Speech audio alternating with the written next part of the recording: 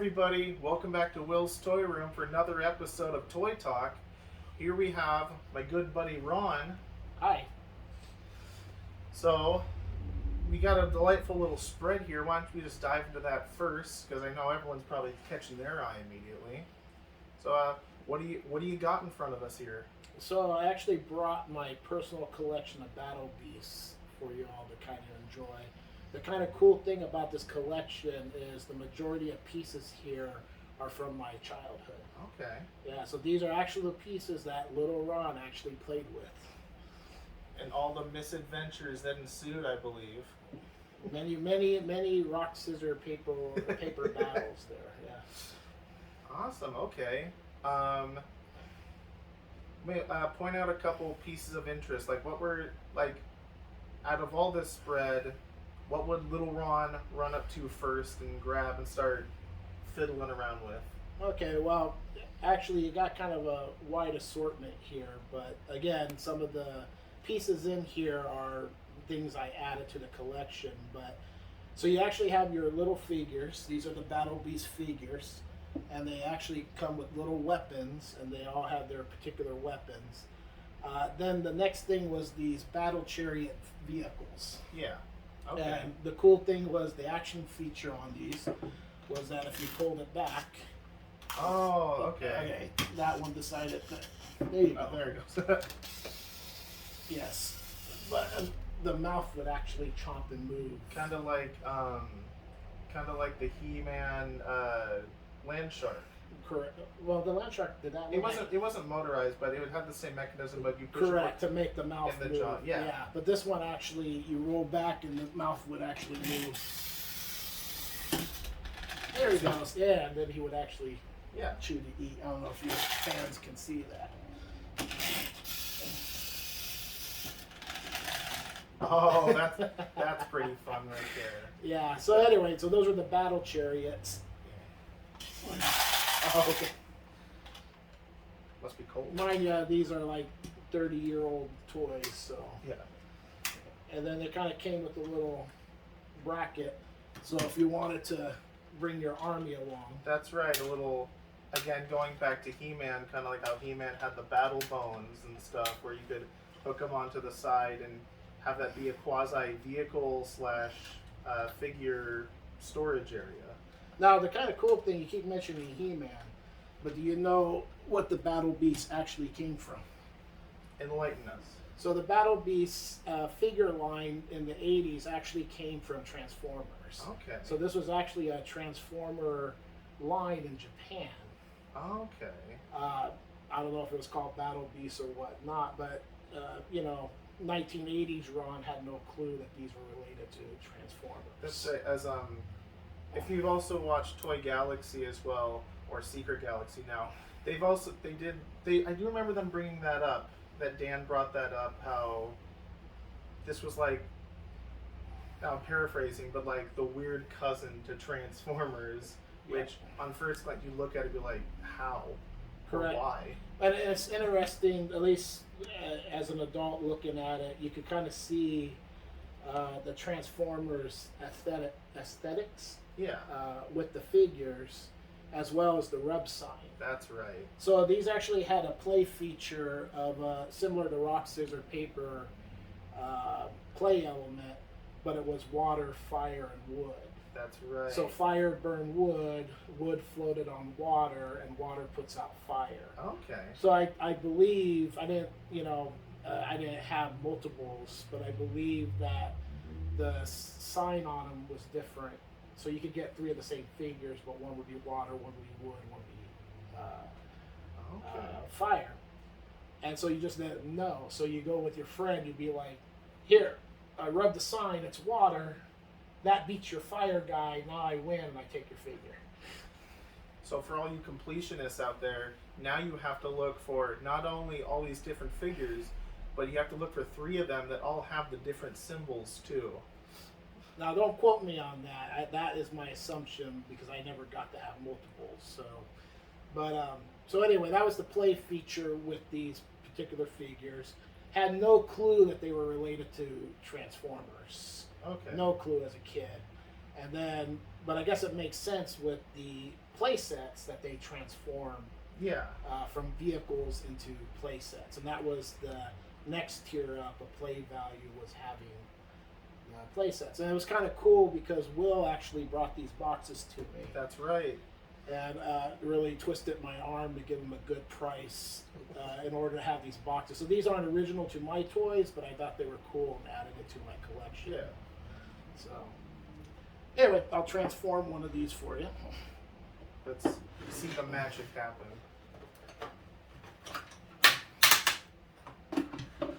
That snapping sounds fantastic, by the way.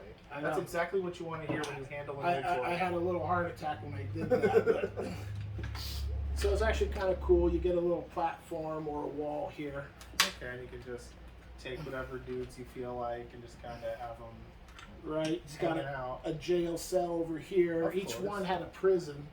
So if you capture the guy, you're a fire guy, and you beat a wood guy, you throw him in your prison here on the battle piece.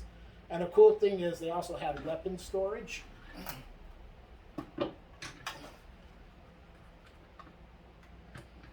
I don't want to pull it off and break it, but generally these came off and you can stick your weapons in. Okay. Like with the fire bag here, his weapon storage is underneath the wing. Okay. And so you got to put his weapons in. This also vaguely looks like the like it would go on a Pontiac, the Pontiac logo for the Firebird. Yeah. Maybe it probably, came from that. But yeah, you had a nice jail cell here, little consoles, and then you had the tower. Okay. So they're kind of cool. Yeah. Which ironic, like, well, I mean, I can understand a water guy being held in here, being subdued by the fire, but I don't understand the fire guy holding someone in a wooden prison. That too. But of course, kids. Well, no, because the fire guy would beat the wood guy. That's right. So he'd be right. rendered useless. So did I get it backwards when I said, would you like to transform the shark? All right. Squeeze the head. This totally isn't a different. Squeeze the head. This totally is different. A different time or place of us doing this. This is totally the same scenario. Correct. No deja vu here. Nothing. Oh, this looks fantastic. So I want to say fold the fins in the back. Yeah. Okay. And then place it all the way back. Oh, okay. There you go. Now you got a waterfall. Oh, that's really cool. That is cool, isn't it? It's like a bigger version of your Micro Machine playsets. Oh yeah. Yeah, and that's what I really liked about them. So that probably was a draw for parents too back in the day. Like, oh, I won't have giant things cluttering up the house. I just buy them the little thing. That'll take up less space, which is fine until you get a whole tote full of them, and then it becomes the same problem. Just like Hot Wheels, essentially. They're small in moderation, but then you get enough of them, you get a big old tote full. well, that's I think the reason why I kept these from a kid. Not necessarily was I really liked them. Not necessarily I would call it my favorite toy line, Yeah. but I liked them because they were small. So I don't know about you, but as an 80s kid, collecting toys was not cool. And so as I got older, I wanted to keep something, but I couldn't deck out my room in toys because I wanted a girlfriend. So I ended up keeping the smaller things, and I think that's why I kept this collection. So as an adult, I just like to add to it since I have them. It's from my childhood. These are ones I played with, and so I think that's why I'm partial to these. So what would you say? Would this be one of your favorite toy lines here, or what would be your favorite toy line? Okay, well, I wouldn't necessarily call this my favorite toy line. At least, as a kid or whatnot, I enjoyed it immensely. Yeah. I kept them. That being said, if I truly had a true love from Little Ron from 1980s, it would probably be the Kenner Vintage Star Wars, and that's because there's a lot of connection with that with my family. I used to play Star Wars with my brother and sister. They were older than me, and of course, when they got to that teenage phase, they wanted nothing to do with their little brother. So at that time that was kind of special. So, Okay. and I think a close second would probably be the He-Man, He-Man, the okay. vintage He-Man, the Barbarian. 'Cause I always liked that fantasy. A couple of the big toy lines. Right. Yeah. That if I had like but the cool thing about this sort of stuff and why I kind of gravitated towards it when I was younger. I like to call them now as an adult like one-hit wonders. Yeah. Meaning that they didn't like have multiple series. They might have one or two series. And so I just like the weird concept of the 80s, what they were coming out with. Oh yeah. No, the 80s was the prime time for just companies like Mattel and Hasbro, Kenner, all those ones to just try to do stuff, like if it was so before all that stuff you had Mego.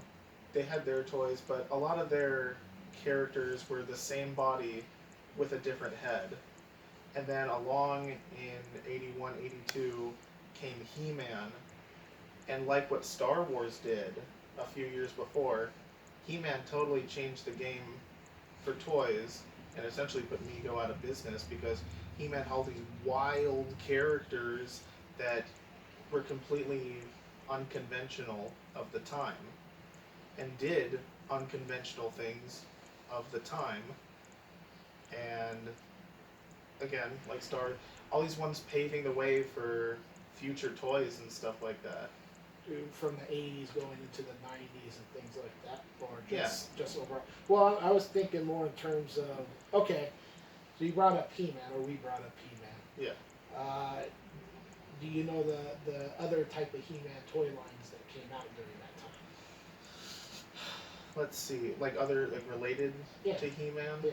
Well, I mean, like She-Ra and stuff like that. Well, She-Ra was He-Man. That was his sister. Yeah. So, but I'm saying, okay, did you know about the Warlord? Enlighten us. Enlighten us. So DC Comics had a character called the Warlord, and I think Remco.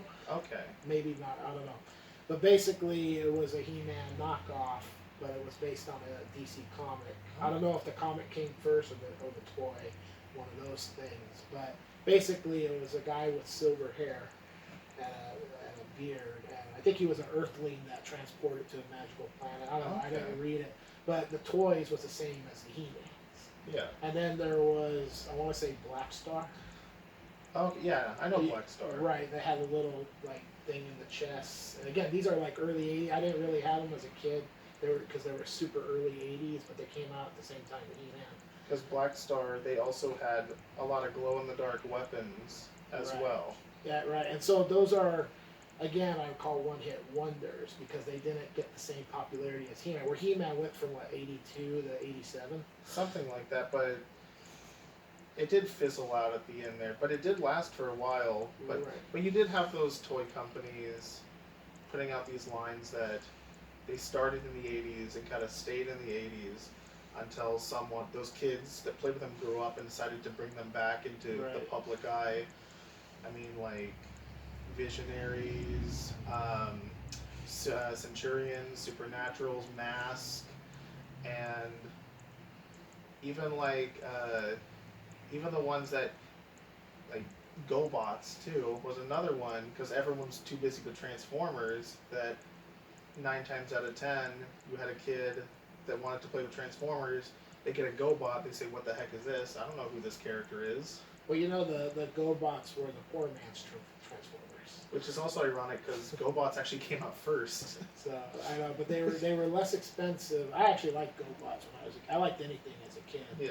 But they were less expensive than Transformers. So if you were on a budget, it's kind of like Mega Bloks. And I mean, for the poor man's Lego.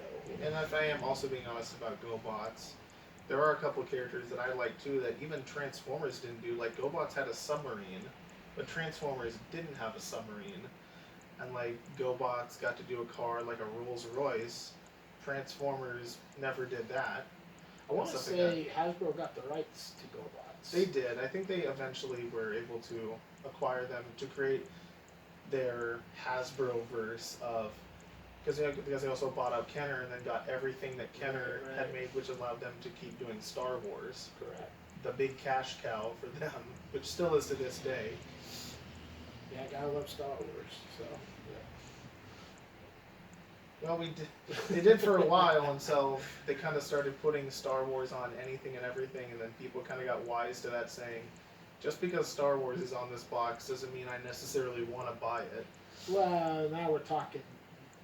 Yeah, there's another video. There's a video another time talking about Star Wars, and Yeah. I'll probably do a special on just talking about Star Wars. My experience with Star Wars too, being born just before the special editions came out. Let me make it very clear. Original trilogy Kenner Star Wars line, not Disney. So Not even Power of the Force when that came out in the 90s. Well, again, different than Kenner, but I do. The cool thing about Power of the Force was we had 10 years with no Star Wars. Yeah. So when that came out, that was big for collecting. But Yeah. again, another video, I assume. But, Yeah. Yeah. Okay. But yeah. Any last closing remarks you might have? Well, I've enjoyed kind of bringing out my childhood toys out here for a video.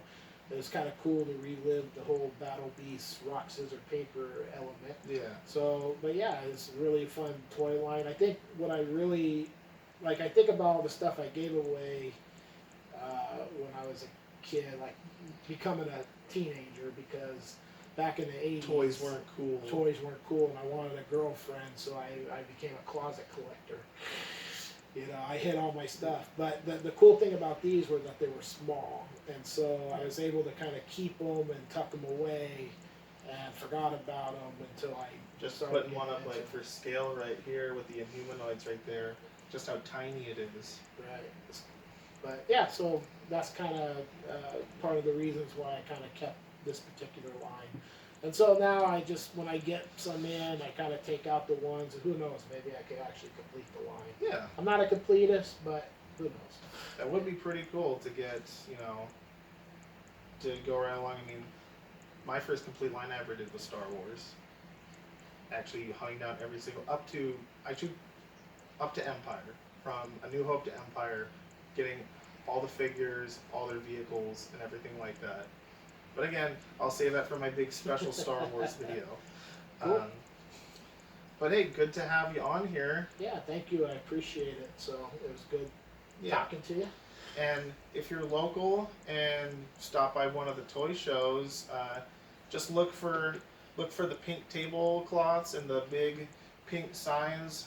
That's where Ron Pinkerton is at, doing Pinkerton's Toys and stuff. So drop in, chat for a minute, drop a couple bucks. But if you do, tell them Will sent you. All right, and I look forward to meeting you at the next shows. And yeah, if you find me online, Pinkerton Toys and stuff, I have an eBay store, I have a Facebook.